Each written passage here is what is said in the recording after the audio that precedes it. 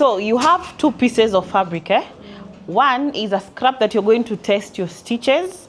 The next one is where you're supposed to do your sample, eh? On the big piece of fabric, you're going to measure from the top. Tuangalia hapo juu. Hapa. This is what I mean, eh? From this side, you're going to measure half an inch. Sawa? Half an inch down. You're going to make a line, eh? With the tailor's chalk. Then measure another half an inch. Make a line, eh?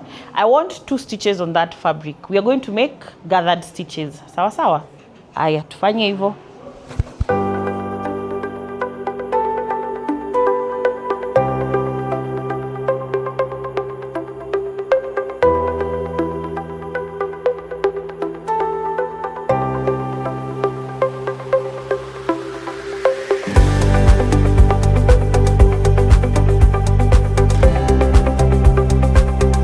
You're supposed to pull this thread when you're picking. So when inakuja tu directly, kama hivyo una pull, it just comes directly.